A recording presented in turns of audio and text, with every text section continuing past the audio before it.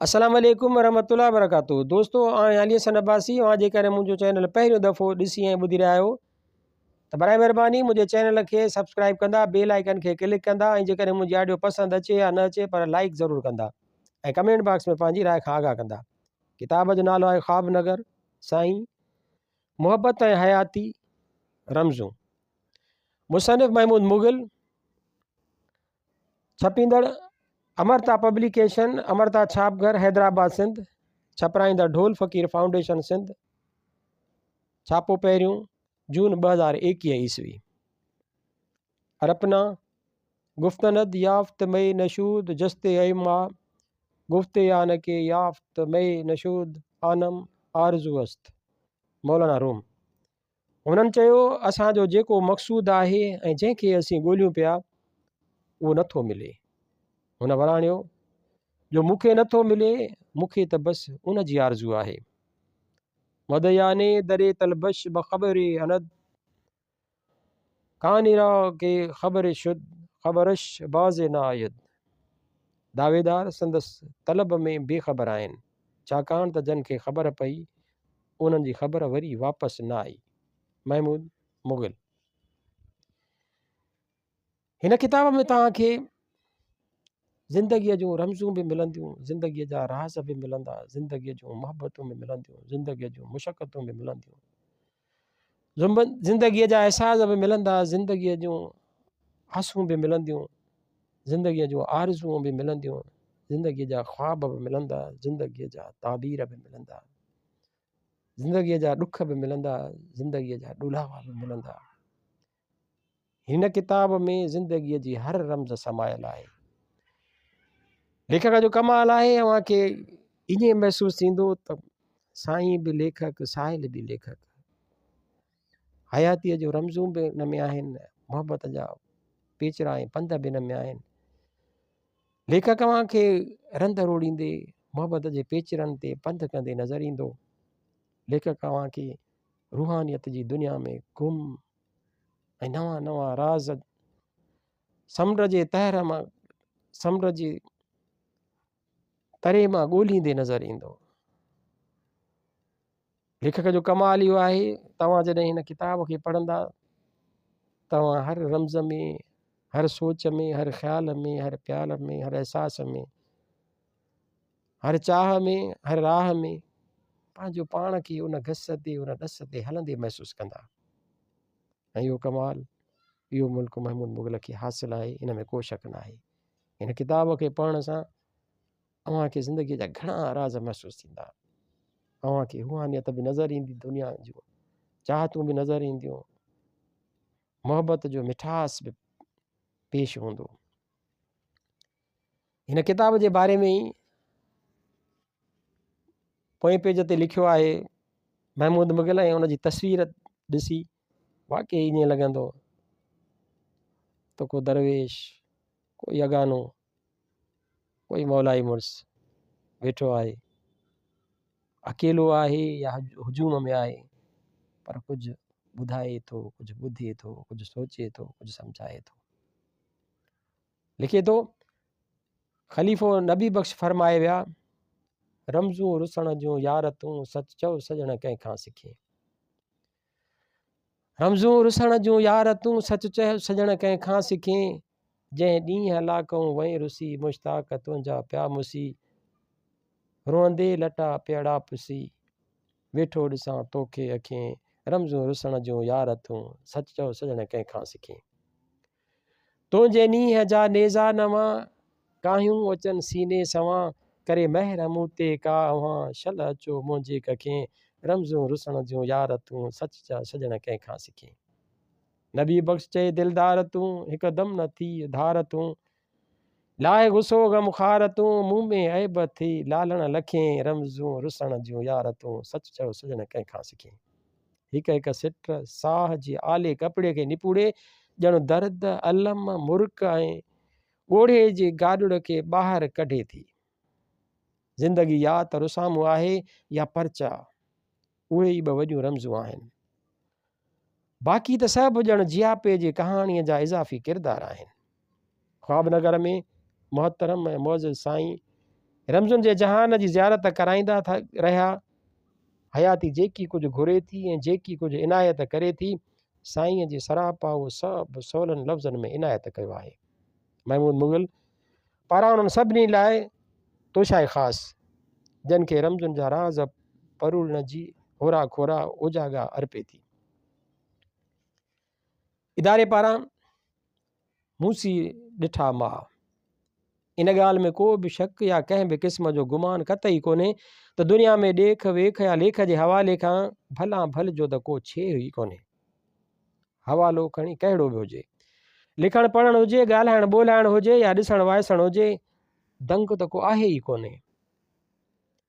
हिकिड़ो समुंड आहे जेको वॾनि गोगाहनि ऐं कड़काटनि सां तारो तार अमीक ऐं गहरो वही रहियो आहे।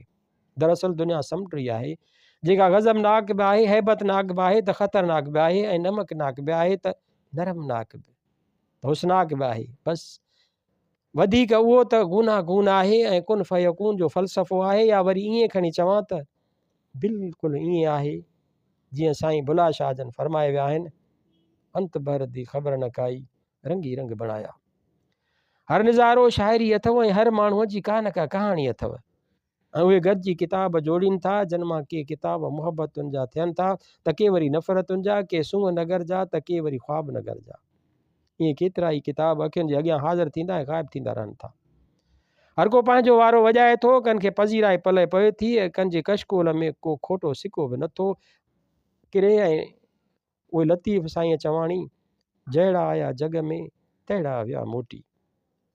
ॻाल्हि कईसीं पिए त हर माण्हू किताब हुजे थो, जंहिं वटि जहिड़ो मिज़ाज आहे उन वटि तहिड़ो ई वखर हुजे थो, ऐं ख़रीदो फ़रोख़्त जो जहान वखर आहर वधंदो वीजंदो आहे। जेकॾहिं सामान नफ़रतुनि जो आहे त दुकानु सदाईं भरियल ई रहंदो, कॾहिं ख़ाली कोन थींदो, ऐं जेकॾहिं वखर में रुगो मुहबतूं ई मुहबतूं न्याज़ ऐं निवड़तूं आहिनि त दुकानु सदाईं ख़ाली रहंदो। अवां भरींदा रहो ऐं ख़ाली कंदा रहो, ऐं उन इहे भरण ऐं ख़ाली करण में जेको करार नसीब जो भाङो थो बणिजे, सो यकीन ॼाणो त भरियल दुकान खे ॾिसी कॾहिं बि चोखो कोन्हे थींदो, बल्कि ईअं चइजे त उहो जीअं पोइ तीअं सुसंदो वेंदो आहे, तव्हांजो तिरविरो थी गुम थी वेंदो आहे। ऐं पोइ जे सम्झ अची वई ऐं परूड़ पइजी वई त हाणे दुकानु नफ़रतुनि बदिरां मुहबतुनि जे नेमतुनि सां भरिजणु लॻंदो आहे, ऐं उन भराव सां जेका ख़ुशी दिलि जा सभु कुंडूं पासा ऐं गोशा भरींदी आहे न, से ॼण त वेल वेलनि जा नेमल बदल थी पवंदा आहिनि। हाणे अॻूणा लेखा चोखा ख़तमु, नवां गुल ॿूटा फुटंदा आहिनि जंहिंजी ख़ुशबू तरबर खे वासींदे पराई पराई हली वेंदी आहे। अहिड़ियुनि मोहतर ख़ुशबुनि जा होगा आहिनि जेके अव्हां जे सूंह नगर में महमूद मुग़ल वक़्त जे विथियुनि मां ख़्वाब नगर जी सूरत में वराए वेल वेलनि जूं सरगोशूं सॾ पड़ाॾा ऐं तावीलूं खणी हिन किताब जी सूरत में हाज़िर थियो आहे, जंहिंमें हुन हयातीअ जूं समूरियूं रमज़ूं पंहिंजे रमज़ में ईअं इज़हारियूं आहिनि ॼण त को साईं मुर्शिद पंहिंजे ख़लीफ़े खे दुनिया जहान जूं हक़ीक़तूं ॾेखारे ऐं सम्झाए रहियो आहे, ऐं उन्हनि राज़नि खे परूड़ाए रहियो आहे जंहिंजी परूड़ फ़क़ति रंदनि खे पवंदी आहे। ख़्वाब नगर जॾहिं काविश अख़बार में हफ़्तेवार छपबो हो त उन्हनि ॾींहंनि में जेका पज़ीराई हिन कालम खे मिली हुई, शायदि ई कंहिं कालम निगार जे हिसे में अहिड़ी नामाचारी आई हुजे। उनजो सबबु ख़ासि करे उहो हुयो त ख़्वाब नगर माण्हुनि सां संदन दिलि जूं ॻाल्हियूं कंदो हो या माण्हुनि सां पंहिंजे अंदर जे लहसुन जूं ॻाल्हियूं कंदो हो, मुहबतुनि वारी माम जी खोल कंदो हो ऐं नफ़रतुनि जा नतीजा इज़हारींदो हो। ख़्वाब नगर माण्हुनि जी सम्झ वारी घुर्ज खणी हाज़िर थींदो ऐं ईअं लॻंदो हो त वाक़ई को साईं को मुर्शिद पंहिंजनि ख़लीफ़नि या मुरीदनि सां रमज़ुनि जा राज़ खोले हयाती ऐं उन जा कार वहिंवार सम्झाए रहियो आहे, सलीक़ो सेखारे रहियो आहे, ज़िमेदारियुनि जा अहसास उजागर करे रहियो आहे ऐं ग़ैर ज़िमेदारियुनि ॾे ध्यानु छिकाए रहियो आहे। सभई सबक़ हुआ जेके हर हफ़्ते परूड़ परज ऐं सम्झ जूं पटियूं खणी हाज़िर थींदा हुआ, ऐं असांजे पित किड़नि ॿारनि जा मेट सां मिटियल पटीअ ते हर हफ़्ते को न को सबक़ मिलंदो हो, जेको अहिड़ो त यादि थी वेंदो हो जो वरी मन जी पटीअ तां कंहिं बि मेट सां मेटिजी ऐं मिसारजी न सघंदो हो। ख़्वाब नगर जूं ॻाल्हियूं या रमज़ूं सिंधी अदब में त ईअं ॿिए कंहिं लेखक महमूद मुग़ल जीअं कॾहिं कोन्हे इज़हारियूं। हा, बाक़ी उर्दू अदब में अशफ़ाक़ अहमद साहब, बाबा मोहम्मद यहिया ख़ान, वासिफ़ अली वासिफ़ साहब या मथां के ॿिया बि हुजनि जेके ज़िंदगीअ जे हक़ीक़तुनि खे ईअं वाखो कंदा हुजनि। दरअसल इहा ॻाल्हि का दानेश्वरीअ जी कोन्हे त जेकी माण्हू दानेश्वर हूंदा सही शयुनि खे ईअं इज़ारण जी कुवत रखनि था, न कतई न। बल्कि हक़ीक़त इहा आहे त जेके माण्हू बि हालतुनि खे हयाती अंदरि पंहिंजनि तजुर्बनि मां परूड़े सम्झी वठनि था ऐं उन्हनि खे इज़ारण जो हुनर ऐं हिमत रखनि था, से ई उहो कमु करे सघनि था। उन करे इहे सिंधी या उर्दू अदब में आङुरियुनि ते ॻण जेतिरा 2-4 माण्हू ई आहिनि जेके रंधे राज़ सम्झाइनि था ऐं रमज़ूं सवली ॿोलीअ में सलीक़े सां इज़हारे सघनि था। या अञा ईअं खणी चइजे जीअं भिटाई साहिब जे जन फरमाए विया आहिनि, मूं से ॾिठा मां जनी ॾिठो पिरीअ खे। हाणे जन पिरियुनि ॾिठो तन वटि ॾिसण लाइ ऐं ॾिसण लाइ छा बचियो हाणे जन पिरी ॾिठो तन वटि ॾिसण लाइ ऐं ॾिसण लाइ छा बचियो। उहे त बसि पोइ कपिड़े जे थान या ताकीअ वांगुरु वेंदा आहिनि खुलंदा ऐं कपिड़ो बि उहो आहे मलाई या मलमली जेको हिकिड़ी छिक सां पाण मुरादू पियो खुलंदो वेंदो आहे। हाणे नसीब जी ॻाल्हि इहा आहे त अहिड़ी छिक अहिड़ो दीदार कंहिंखे नसीब थो थिए, कंहिंखे नसीब थो थिए। बसि होॾां उहो सभु कुझु थियो, हेॾां सभु काया पलट थी वेंदी, साईं रमज़ूं सम्झ में अची वेंदियूं, हयातीअ जी ऊच नीच ऐं मोहबतनि जी माम खुली अॻियां अची वेंदी। पोइ तव्हां ॻाल्हाईंदा रहो या लिखंदा ऐं लिखाईंदा रहो, ॻाल्हि सभु हुकुम जी अथव। हुकुम थियो त अछो कपिड़ो थी वञिबो ऐं जे हुकुम थियो त कारो कपिड़ो थी वञिबो। ॿिन्ही ॻाल्हियुनि में पिरीअ जो राज़ पोइ आहे। जीअं वणेसि तीअं करे ऐं कराए हाकिम जो आहे। हीउ बि हुकुम आहे जेको बजा वरी पियो माने। असीं अव्हां जे अॻियां अमरता पब्लिकेशन ऐं अमरता छाप घर जे पारां ख्वाब नगर जी साभियां साईं मुहबत ऐं हयाती रमज़ुनि जी सूरत में खणी अव्हां जे अखियुनि ताईं पहुता आहियूं। आस अथऊं त वखर जो ई वहाव अव्हां वटि पए पुराणो कॾहिं कोन थींदो। भले नई सिज नओं ई निर्वार हूंदो। अव्हां जे पारां मोट जो इंतज़ारु उमेद त वधी वण कोन थींदो। अव्हां जी मोट असां लाइ मानाइती हूंदी ऐं अमरता जे अखियुनि ते हूंदी।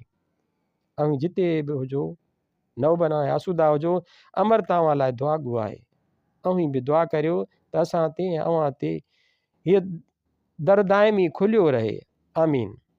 फ़कीर मोहम्मद ढोल, अमरता छापघर, ऑफिस नंबर 1, मेज़ 9 फ्लोर, बासम चैम्बर्स, हैदर चौक, हैदराबाद, सिंध, 29 मई 2021। साईं मुहबत ऐं हयाती रमज़ूं, ख्वाब नगर।